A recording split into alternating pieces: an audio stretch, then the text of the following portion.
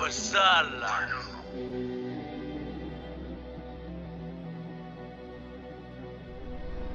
我一个人推广 MMA， 全中国没有人知道 MMA。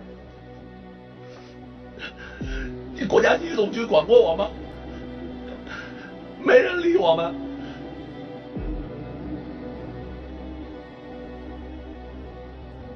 Su Xiaodong adalah atlet MMA paling terkenal di seluruh daratan Cina.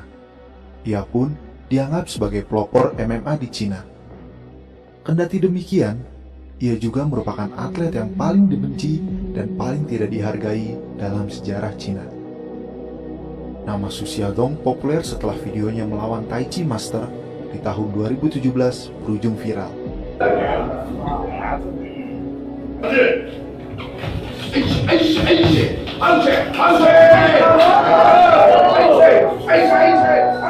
Su Xiaodong menghabisi Wei Lei yang mengaku sebagai Tai Chi Master tersebut dalam waktu kurang dari 20 detik. Setelah itu, hidup Su Xiaodong berubah bagai kerakap di atas batu. Hidup segan, mati tak mau.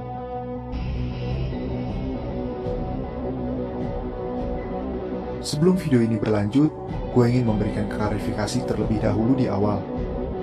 Video ini berfokus pada perjuangan Su Xiaodong membongkar praktik kebohongan kungfu di Cina dan tanpa tujuan lain, seperti mengkritisi politik maupun ideologi komunis yang dianut oleh negara Cina.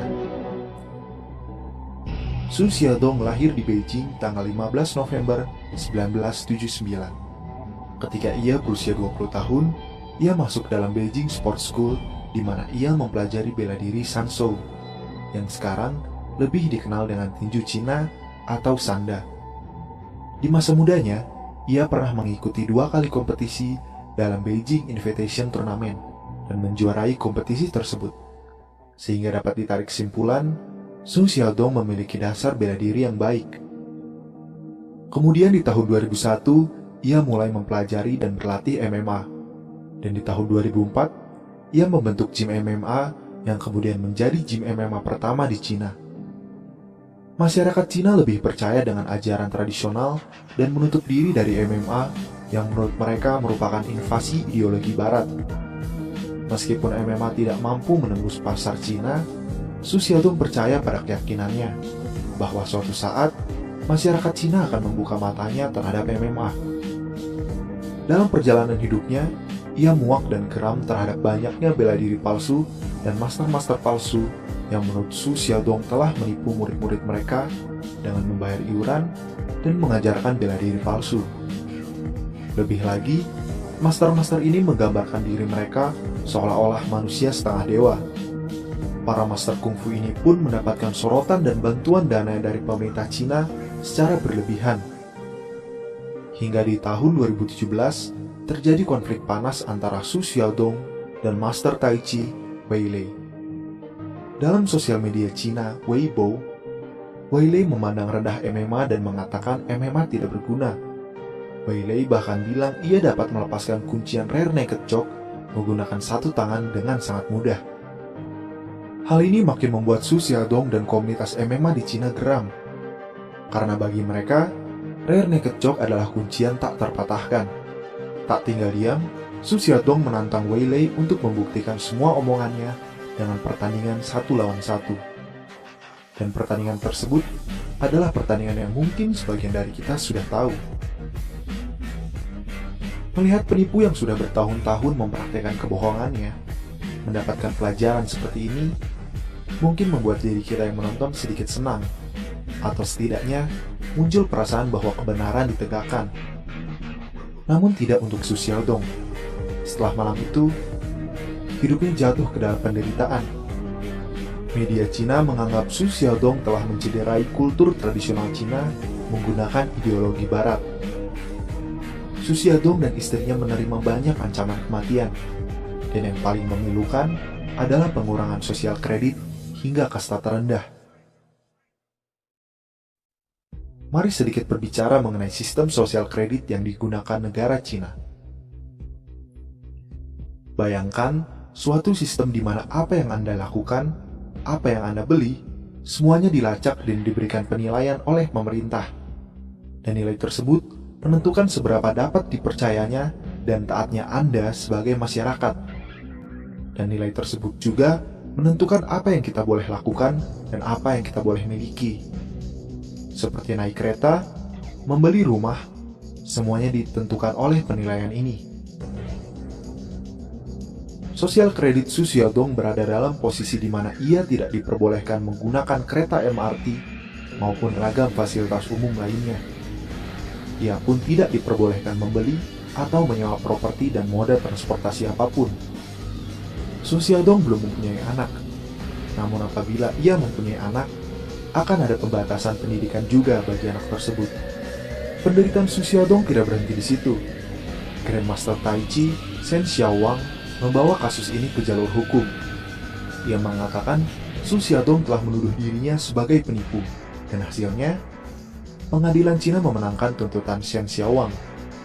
Su Xiaodong dihukum membayar kerugian sebesar 400.000 yuan atau sekitar 900 juta rupiah. Tidak hanya itu, Su Xiaodong juga harus meminta maaf kepada Shen Xiaowang melalui sosial media Cina selama 7 hari berturut-turut.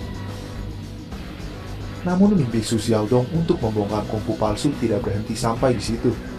Ia terus bertanding melawan para master yang menantangnya. Dan semua pertandingan memiliki pemandangan yang sama. Master-master tersebut melancarkan serangan yang tidak efektif, kemudian dibalas dengan brutal oleh Su Xiaodong. Dalam setiap pertandingannya, bisa kita lihat cat wajah yang dikenakan Su Xiaodong. Hal ini dikarenakan pemerintah Cina mengharuskan Su Xiaodong mewarnai wajahnya seperti badut. Dan tidak hanya itu, Su Xiaodong juga harus mengganti namanya yang berarti Su Xiaodong Semangka untuk menghina perawakannya. Bulan Maret tahun 2018 menjadi klimaks perjuangan Su, di mana ia ditantang bertarung melawan Master Wing Chun, Ding Hao. Pertandingan ini mendapatkan perhatian besar dari media dan masyarakat Cina. Mereka menganggap ini adalah momen di mana Su Xiaodong akan dipermalukan oleh bela diri tradisional Cina.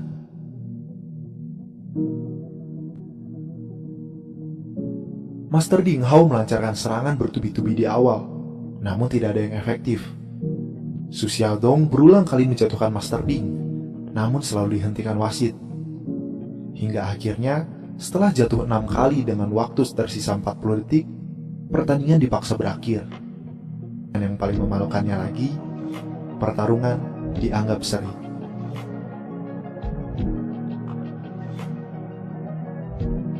Bagaimana Shaolin merespon akan fenomena ini? Dikutip dari artikel majalah Time, Kepala Biara Shaolin Se Yongxin mengatakan, Kungfu tidak bisa disamakan dengan MMA karena tujuan utama dari Kungfu lebih kepada spiritual dibandingkan fisik, dan bukan untuk melahirkan kekuatan super, melainkan untuk kedamaian diri. Katanya lagi, banyak orang di Cina masih percaya bahwa master-master kungfu memiliki kekuatan supernatural, dan master gadungan ini memiliki pengikut setia yang banyak.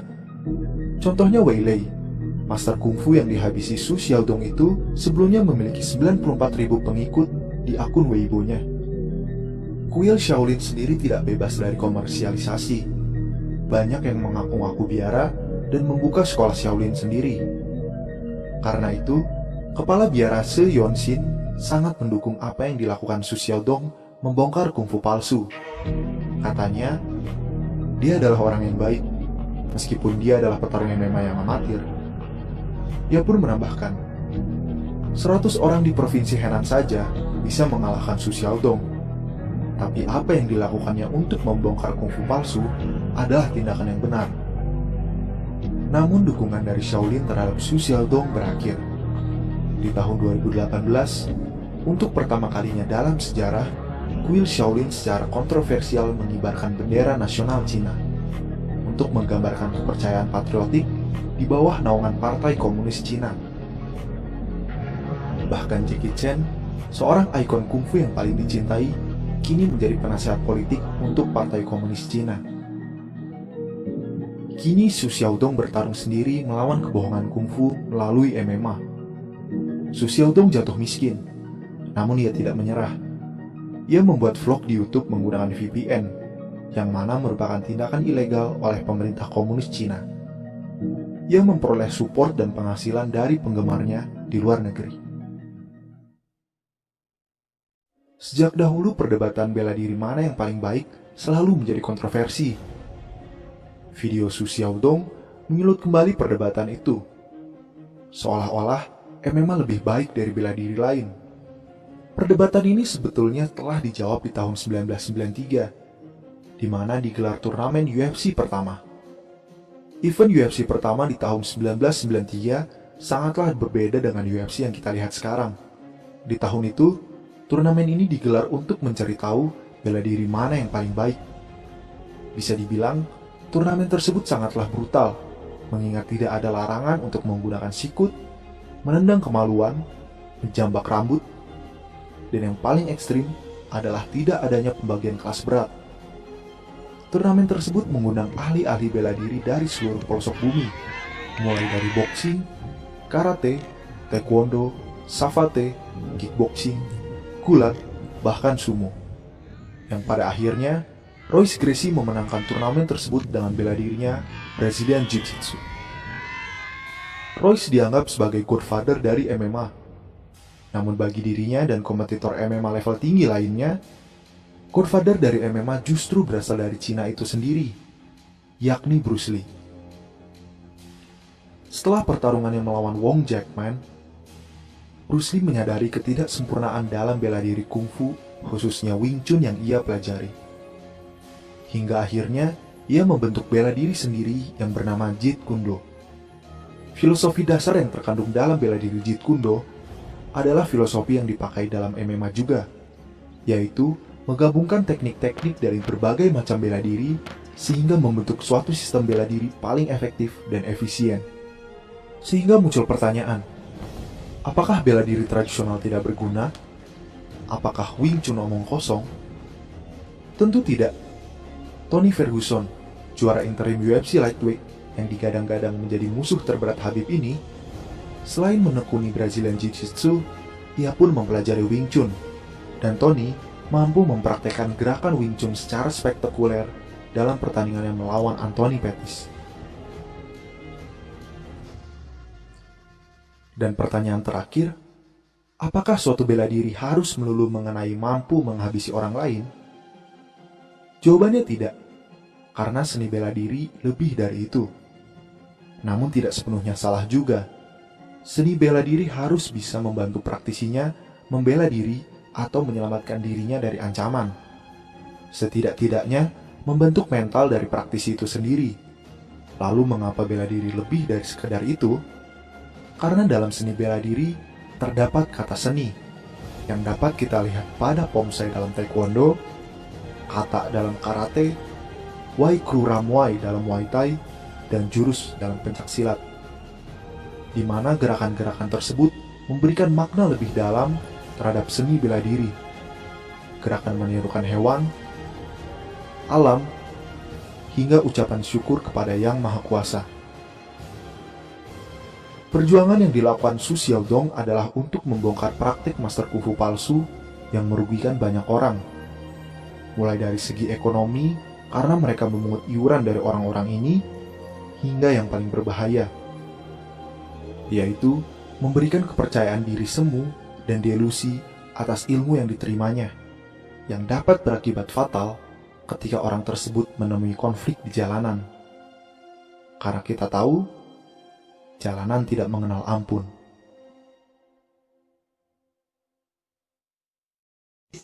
Jangan lupa subscribe, like, share, and comment di YouTube-nya Baktoy Baktoy Asoy.